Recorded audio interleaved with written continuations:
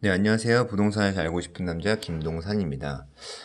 자, 6월 17일 날 주택시장 안정을 위한 관리 방안이라고 해서 정부에서 또 강력한 어떤 정책을 발표했죠. 너무 많고 좀 복잡해요. 그래서 막 지금 뭐 인터넷 상이나 뭐 유튜브 상에 뭐 전문가라고 하시는 분들이 얘기 나오면 진짜 뭐 여러 가지가 많이 나오고, 그리고 이게 너무 복잡해서 이럴 땐 어쩐지 저럴 땐 어떤지에 대해서도 조금 많이 꼬이고 있어요. 뭐 대출 문제에 대해서도 은행에 물어보면 좀 다 말이 다르고, 뭐 분양하는 회사 건설사에 물어봐도 좀 말이 달라서 아직까지는 조금 적응이 안 되고 있는 것 같아요. 그래서 이게 너무 많고 너무 어려운 얘기도 많아서 그냥 초보자들 분양권이나 뭐 내가 집을 하나 사고 싶다, 조금 막 엄청나게 많은 돈을 들이지 않으시는 분들, 이제 막 시작하려고 하시는 분들한테 좀 멘붕이 왔을 수도 있어요. 그래서 그냥 초보 단계에서 이 요번 대책에 대해서 반드시 알아야 될 거, 초보자들이 알아야 될 거, 어떤 게 변했는지 그것만 아주 간단하게 한번 얘기해 볼게요. 자, 우선은 가장 많이 나오는 게 조정 대상 지역 및 투기 과열 지구가 추가 지정됐어요. 그러니까 뭐 지금 표에 나와 있는 건 기존에 있는 게 아니라 새로 지정된 지역인데, 뭐 이건 많이 보셨을 거예요. 또 인천 같은 경우는 투기과열지구가 연수동, 남동구, 연수구, 남동구, 서구까지 들어갔다는 거죠. 연수구에는 뭐 송도도 있고 있겠는데, 그리고 이제 경기 쪽에서는 김포가 빠졌다는 게 얘기가 가장 많이 나와요. 이해할 수 없다. 요거는 표를 보시고 본인이 이 지역에 대해서 집을 매매하실 경우에는 뭐 세금이나 대출 규제에 제한 지역이 많아졌기 때문에 한번 좀 더 전문가나 공공시설에 직접 문의를 해보셔야 될 것 같고요. 자, 그리고 또 하나는 이 거래질서 조사 체계 강화라는 건데, 좀 어려운 말일 수 있는데, 그냥 요거는 여태까지 그 저번에 나왔던 거 있죠? 자금 조달 계획서를 제출 대상을 확대한다는 거예요. 그러니까 자금 조달 계획서를 내야 되는 대상이 요만큼이었다면 엄청 크게 커진 거죠. 그리고 증빙 자료 대상도 많이 확대했다는 거. 이 정도만 알고 계시면 될 것 같아요. 그리고 가장 눈여겨봐야 될 거. 자, 주택담보대출 및 전세자금대출 규제 강화. 그러니까 이것도 규제 지역에서 집을 산다면, 그러니까 이거죠. 자, 이것도 이제 무주택자랑 그 유주택자가 나눠지는데, 내가 무주택자다 한다면, 자, 우선 이 규제 지역에 집을 살려고 해요.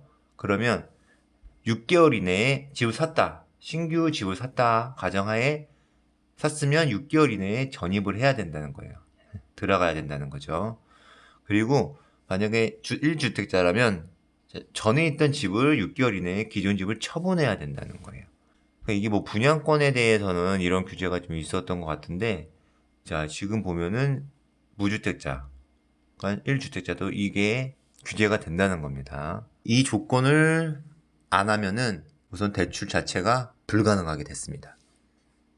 자, 그리고 이 전세자금 대출.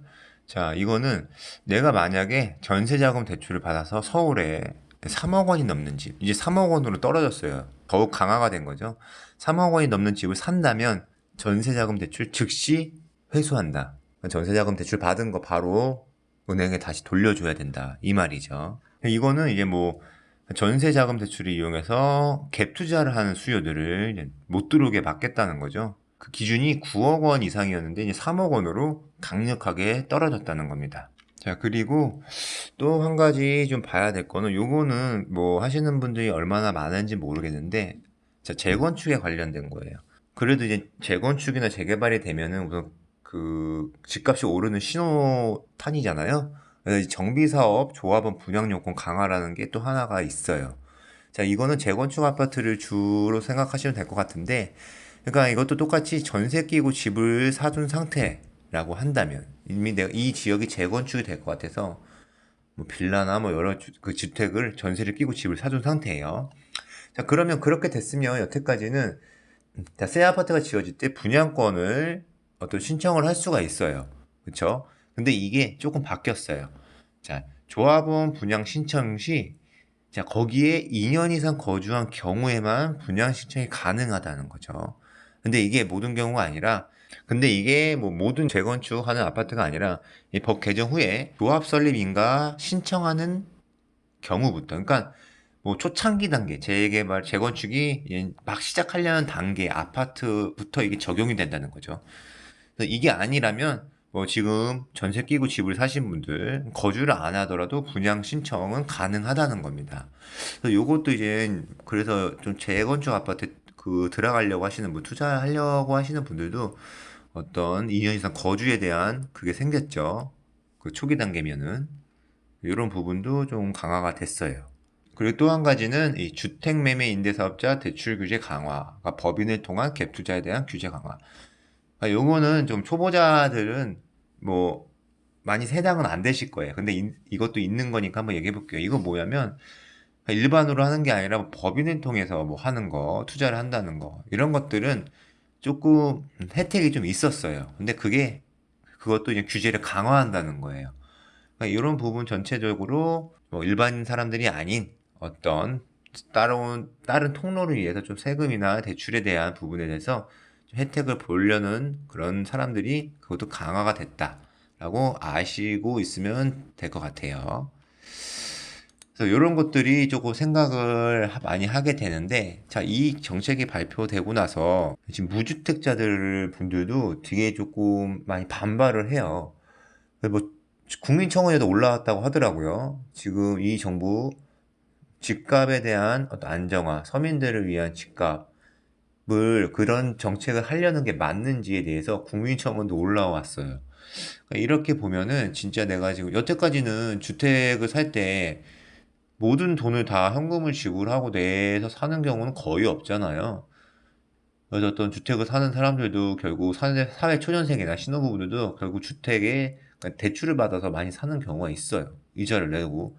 근데 그거에 대해서 조금 많이 규제가 있어서 이 진짜 무주택자들, 그러니까 실수요자들에 대해서 이분들이 좀 피해를 보지 않냐 이런 부분도 있어요. 그러니까 뭐 미래적으로 봤을 때는 뭐 어떤 분들은 그래도 집값이 더 이상 뛰지 않아서 좋을 것 같다라는 얘기를 하시는 분들도 있는데 그런 말을 하시는 분들은 극소수인 것 같고 그리고 제 주변에 있는 집이 없는 분들도 이제 좀 관심을 갖고 하려고 하시는 분들이 있는데 우선 대출에 대해서부터 좀 막히니까 예를 들어서 뭐 실거주를 한다고 해서 어떤 대출을 나오긴 나올 거예요. 근데 그 비율이 어느 정도 되는지 모르겠어요. 비율이 많이 좀 줄을 것 같고, 이분들이 좀 계획하고 계시는 분들이 조금 많이 계획을 변경해야 되지 않을까라고 생각을 많이 해요. 그냥 이런 것들이 이제 지금 뭐 그전에도 이제 분양권에 대해서 제재가 있었는데, 이 분양권으로 좀 돈을 좀 시세 차익을 보려고 하시는 분들도 조금 많이 생각을 바꿔야 되지 않나 좀 생각이 듭니다. 그리고 이제 이 대출에 대한 규제가 강화된 거지, 만약에 현금을 갖고 계시는 분들, 대출을 이용하시지 않는 분들은 아직은 투자가 가능하죠. 내가 갖고 있는 현금에 대출을 받지 않는 거니까 현금을 갖고 있는 거에 대해서도 뭐 규제를 할 수 없잖아요. 내 돈이니까. 그러니까 현금 부자들, 소위 말하는 현금 부자들은 아직까지 갭투자 가능하죠. 그러니까 이거는 또 부자들은 계속 투자가 가능하다라는 어떤 생각이 들고 있어요. 자, 그리고 좀 그냥 가장 또 생각나는 거는 자, 거래량이 감소되겠죠. 이 규제 지역이 거의 경기도권 거의 전반 서울 다구 경기도권이 거의 전반적으로 늘어났기 때문에 이 지역에서 거래량이 감소될 수밖에 없어요. 왜냐면 규제가 많으니까 뭐 대출도 안 나오고 조건이 너무 많으니까 당연히 거래량은 감소될 거라고 생각이 들어요. 그래서 거래량이 감소되면은 우선 뭐 매매가 감소되니까 어떻게 보면 전세가에 대한 어떤 변동이 좀 오지 않을까 일반적으로 그렇게 많이 생각을 하시고 계시죠. 그래서 이게 좀 서민들을 위한 정책이라고는 아직까지는 받아들이지 못하는 분들이 많이 있는 것 같아요. 그래서 이제 경기도, 서울, 웬만한 지역은 다 그냥 동등하게 규제가 된 거예요. 그러면 이게 어느 정도 적응이 되고 하다 보면은 다시 서울, 진짜 좋은 지역, 다 이미 여기도 규제고 여기도 규제면 이미 돈 있는 사람들은 서울에다 많이 하겠죠. 그럼 또 서울에는 또 집값에 대한 어떤 변화가 있을 거라고 생각이 듭니다. 자, 이렇게 정책이 많이 나오고 있는데, 이게 너무 많아서, 뭐 전문가라고 하시는 분들도 얘기가 많이 다르고 조금 많이 아직까지는 혼동이 있으신 것 같아요. 그래서 이제 저는 그렇게 뭐 많이 어려운 거 다루기보다는 자, 무주택자 분들이나 뭐 이제 막 부동산을 하고 싶어 하시는 분들, 좀 생각이 있으신 분들은 자, 이것만 알고 조금 더 전문가나 어떤 공공기관에 대해서 기관에게 직접적으로 물어보셔서 답을 구하시는 게 맞을 거라고 생각합니다. 자, 좀 부동산에 하시는 분들, 부동산에 관심을 갖고 시작하시는 분들한테 조금 더 생각할 기회가 되는 어떤 정책인 것 같고요. 자, 개인적으로 조금 더 본인의 위치에서 좀 더 가장 효율적으로 어떤 재테크나 어떤 이런 부분에 대해서 조금 더 많이 신경을 쓰셔야 될 것 같습니다. 네, 지금까지 부동산을 잘 알고 싶은 남자 김동산이었습니다. 자, 즐거움하셨다면 구독, 좋아요 부탁드려요.